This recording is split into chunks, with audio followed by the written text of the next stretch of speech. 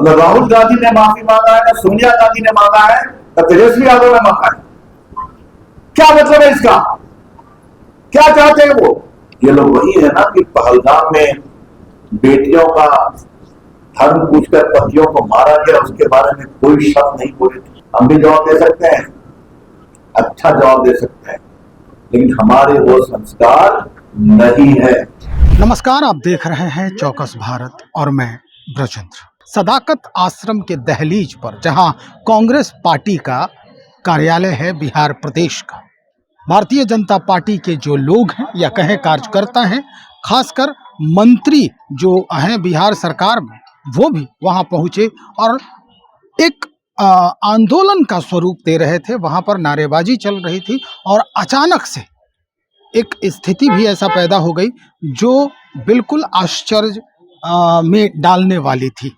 हाथापाई हुई, ईंट पत्थर फेंके गए और कई लोग क्षतिग्रस्त हो गए। अगर कहें तो किसी को चोट लगी, किसी का सर फूटा।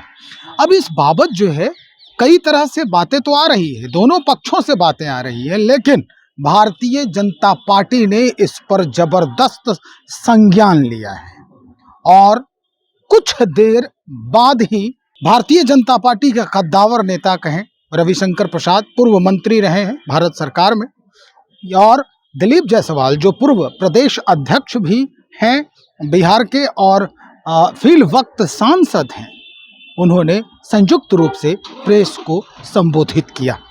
कई बातें, कई तथ्यों पर कई चर्चाएं की।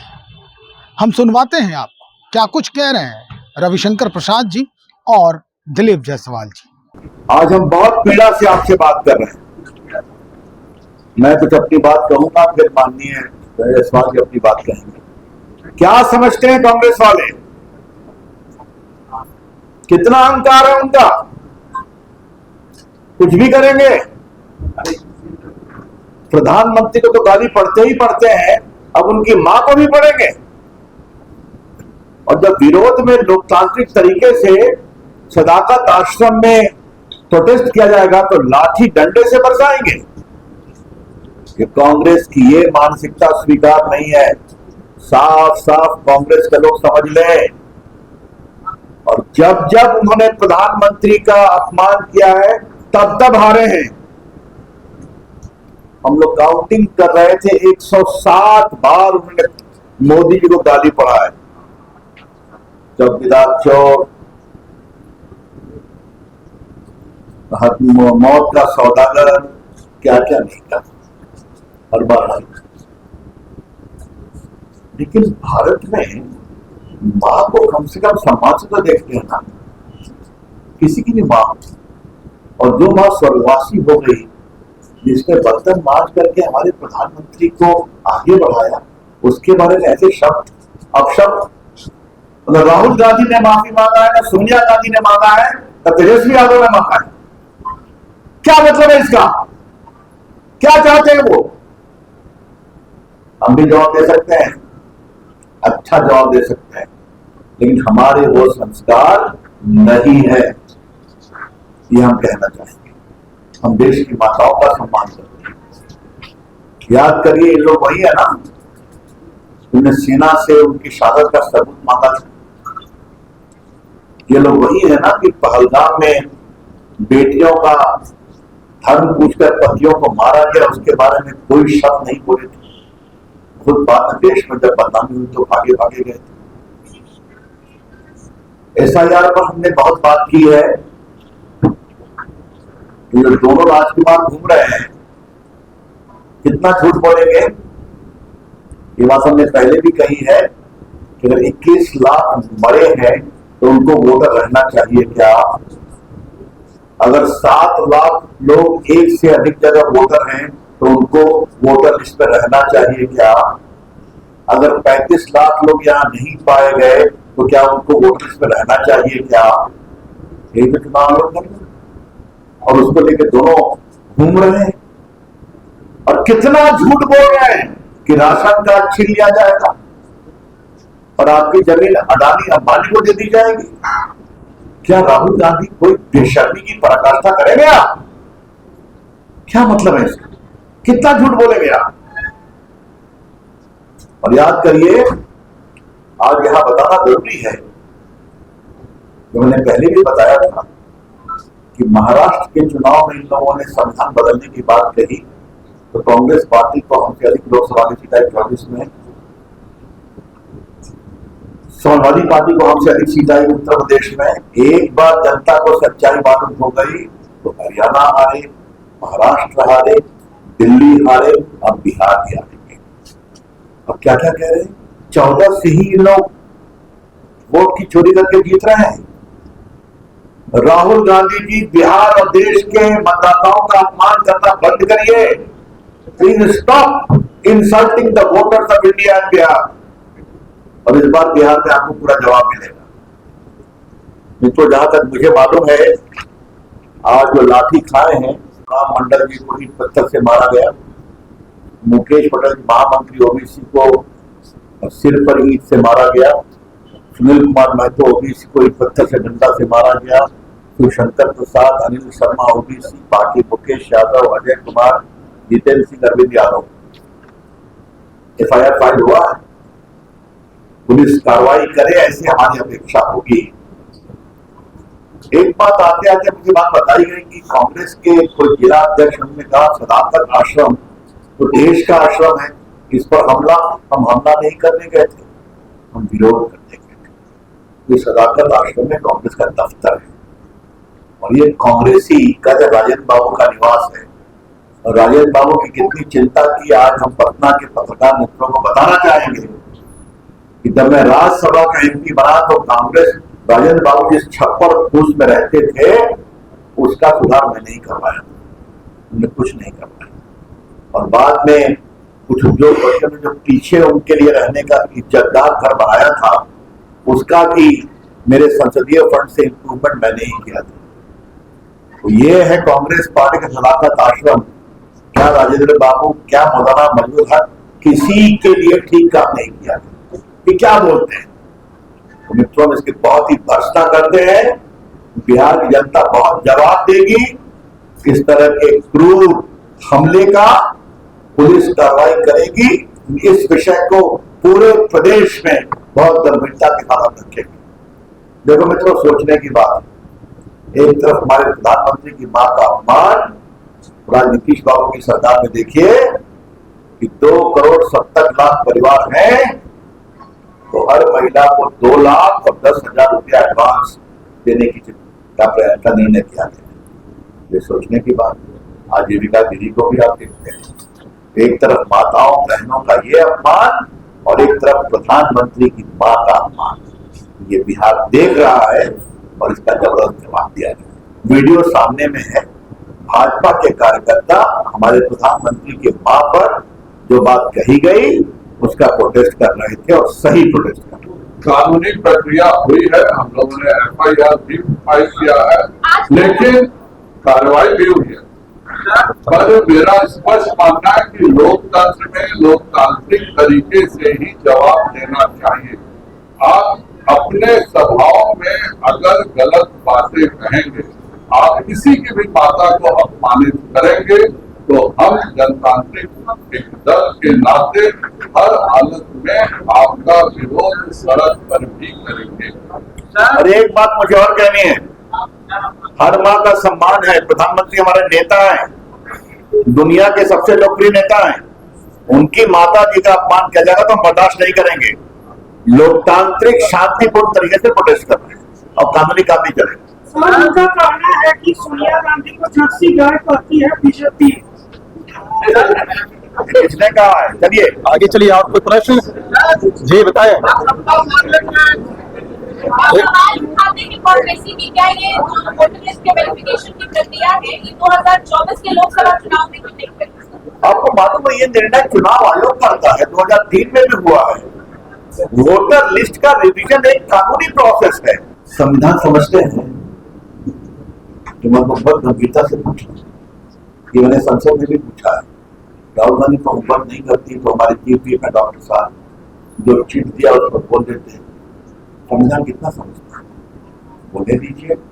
संविधान की लड़ाई में जब इमरजेंसी में जेपी की किडनी खराब की गई तो उन लोग को मीसा में बंद किया गया, लाठी से पीटा गया, उस समय के बारे में राहुल गांधी ने माफी मांगा है? जब संविधान को सुपरसीड किया गया, जब प्रेस वालों के ऊपर सेंसरशिप लगाई गई, जब सुप्रीम कोर्ट हाई कोर्ट के जजेस को सुपरसीड किया गया, तब राहुल गांधी ने आज तक कहा कि गलत हो। क्या बात है?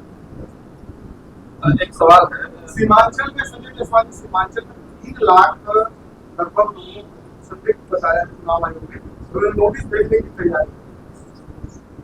यह SIR होता ही है कि हर जेन्युइन वोटर को शामिल किया जा सके और कोई गलत वोटर छुपे नहीं।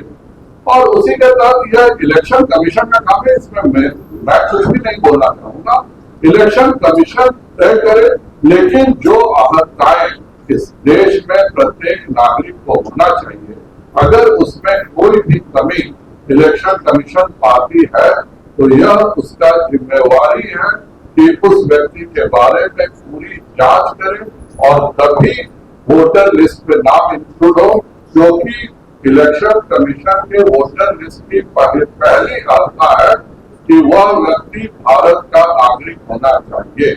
तो अगर किसी के भी कागज में कोई कमी पता लगती है तो जाहिर बात है या इलेक्शन कमीशन की जिम्मेवारी है कि वह पूर्ण जांच करके ही उसके लिस्ट में नाम डाले। और उसी के लिए 1 महीने का समय और दिया गया है, 30 सितंबर तक का समय दिया गया है कि हर तरह से वेरीफाइड होकर के ही किसी भी वोटर का नाम रहना चाहिए या फिर कटना चाहिए। मैं एक बात और करूंगा, ऐसा है, मैं आपके इस दूसरे विवरण से एग्री नहीं करता हूँ। जैसे वहां पहुंचे तो हमला हुआ, तो वीडियो सामने है। मैंने कुछ नाम इसलिए पढ़ा कि हमारे कार्यकर्ता हैं, उनका ओबीसी कहने का मतलब नहीं था। हमारे ओबीसी कार्यकर्ताओं की तादाद बहुत है, लेकिन इससे यही है कि ना वो ओबीसी को पूछते हैं ना किसी को पूछते हैं। देखो मित्रों, एक बड़ी बात मैं आपसे कहना चाहता हूँ, जो डॉक्टर साहब ने कहा, कोई एजेंडा है आपके बिहार के विकास? राहुल गांधी के दिमाग में कोई एजेंडा है विकास का? झूठ बोलना, राशन छीन लेंगे। मैं हरियाणा में चुनाव प्रचार कर रहा रोहतक, मेरी प्रेस कॉन्फ्रेंस थी, तो राहुल गांधी ने भी भाषण दिया है कि हम जलेबी की फैक्ट्री बना करके लोगों को नौकरी देंगे। जलेबी की फैक्ट्री बनती है, गोना में जलेबी की। तो मैंने कहा इनको कौन समझाए, जलेबी की फैक्ट्री नहीं होती है, जलेबी को चाशनी में बनाया जाता है, ये भी इनको नहीं पता। और तेजस्वी यादव, मैं आपसे एक बात कहना चाहता हूं, जिस तरीके से आप उनके साथ घूम रहे हैं ना, एक कहावत है हमारे संस्कारों में, जहां जहां बड़े चरण संतन के तह घंटाधार। तो अगर तेजस्वी यादव अपना घंटाधार करना चाहते तो घूमिए इनके साथ। कोई विकास का एजेंडा, सिर्फ झूठ, फरेब और फरेब से चुनाव जीतने का की कोशिश। वोटर बनने के लिए भारत का नागरिक होना जरूरी है, इसके अलावा उस कॉन्स्टिट्यूएंसी में वोटर भी होना जरूरी है। मैं पटना साहिब का सांसद हूं, तो मैं पूरे पटना में वोटर नहीं बन सकता। एक बूथ वुमेन्स कॉलेज में मैं वोटर हूं। ये बेतिया के सांसद है, आपका बूथ क्या है? विपिन मिडिल स्कूल में वोटर है। और ऑर्डिनरली रहना पड़ेगा अपने क्षेत्र में आपको, ये नहीं चलेगा। और आपको जिंदा भी रहना पड़ेगा, और दूसरा आपको 2 जगह वोटर नहीं बनना पड़ेगा। ये भारत के निर्वाचन का चुनाव का कानून है। तो अगर चुनाव आयोग जिसको संवैधानिक दायित्व है वो उसको फॉलो कर रहा है तो गलत क्या है? क्या परेशानी है इनको? ये तो सवाल है। एक मिनट इधर से पहले पूछ रहा था। टीएमसी के एक सांसद है महुआ मोइत्रे, उन्होंने अमित शाह पर विवादित टिप्पणी की है सर काटने। तो वो विवादित टिप्पणी करती रहती हैं, उनको हम गंभीरता से नहीं लेते, उनके हम बहुत ही भर्त्सना करते हैं।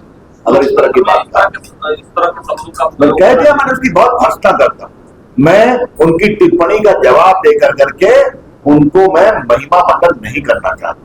वो कैसी है डॉक्टर साहब भी जानते हैं, हम भी जानते हैं। एक बार उनका सदस्यता जा भी चुका है। बिल्कुल सही। बिहार हमेशा महिला सम्मान की धरती रही और 1500 वर्षों तक बिहार ने अफगानिस्तान से लेकर के इंडोनेशिया तक शासन किया, लेकिन एक उदाहरण आपको नहीं मिलेगा कि बिहार मगध साम्राज्य के किसी भी राजा ने किसी महिला को अपमानित करने का कार्य किया। आज राहुल गांधी जी और तेजस्वी यादव जी जिस भाषा में बात कर रहे हैं और उनके से सीख करके उनके द्वारा बढ़ावा देने के कारण जिस भाषा में उनके लोग बात कर रहे हैं यह बहुत ही निंदनीय है। जिस प्रकार की भाषा का प्रयोग माननीय प्रधानमंत्री जी की वार्ता के लिए हुआ है, यह जितनी भ्रष्टा की जाए कम है और देश इन लोगों को सबक सिखाएगा। ये लोग जिस राजनीतिक फायदे के लिए इस तरह की घटिया हरकतें कर रहे हैं उनका जवाब बिहार ईवीएम से देगा। लालू के जमाने में भी उनके बुलेट का जवाब बैलेट से उनको मिल चुका है और तेजस्वी और राहुल गांधी के जो ये कुशासन की यात्रा चल रही है कि एक शब्द वह बिहार के विकास पर नहीं बोल रहे, उनका कोई एक मॉडल नहीं है, केवल एक ही बात कर रहे हैं कि वोट का अधिकार छीना जा रहा है। क्या राहुल गांधी धांधली से सांसद बने हैं? क्या तेजस्वी यादव की बहन मीसा भारती किसी वोट चोरी से सांसद बनी है? अगर राहुल गांधी ने कुछ गड़बड़ करके वो सांसद बने वो बताएं, उन्हीं के मॉडल से सब कुछ जान लेगा। सही बात यह है कि जनता की इच्छाओं का अपमान करना कांग्रेस अपनी बकवासी समझता है और इसके कारण आज कांग्रेस विनाश के दल पर है। अगले चुनाव में कांग्रेस का एक भी विधायक नहीं मिलेगा और तेजस्वी की पार्टी भी समाप्त हो जाएगी। इस तरह की हरकतों को बिहार का कोई नागरिक बर्दाश्त नहीं करेगा और हर हालत में हम सबक सिखाएंगे। आज एक शांतिपूर्ण प्रदर्शन के खिलाफ जिस तरह से ईंट पत्थर चलाए गए हैं हम उसकी भी भर्त्सना करते हैं और यहाँ पे सुशासन का राज है। नीतीश जी के राज में जिन लोगों ने यह कार्य किया है उन सभी को निश्चित तौर पर सजा मिलेगी। भाई रविशंकर प्रसाद ने तो एक भविष्यवाणी भी निकाल दी है। उन्होंने कहा कि अभी तक कांग्रेस पार्टी के द्वारा 107 बार गाली दिया गया है प्रधानमंत्री जी को या अभद्र टिप्पणी की गई है। अब इस पर उन्होंने जो बातें कही वो बड़ा ही गौर करने वाली है। उन्होंने कहा कि जब जब इस तरह की बात कांग्रेस करती है भारतीय जनता पार्टी का परचम लहराता ही है और हम जीतते ही हैं। तो चलिए देखते हैं, और भी बातें हैं जो आपने सुना ही। हम और लोगों से बातचीत करते हैं और जानने का प्रयास करते हैं कि क्या ये तुकबंदी सही बैठता है बीजेपी के लिए कि अगर कोई गाली बकता है तो विजय निश्चित हो जाती है भारतीय जनता पार्टी की। बने रहिए, बहुत शुक्रिया आपका।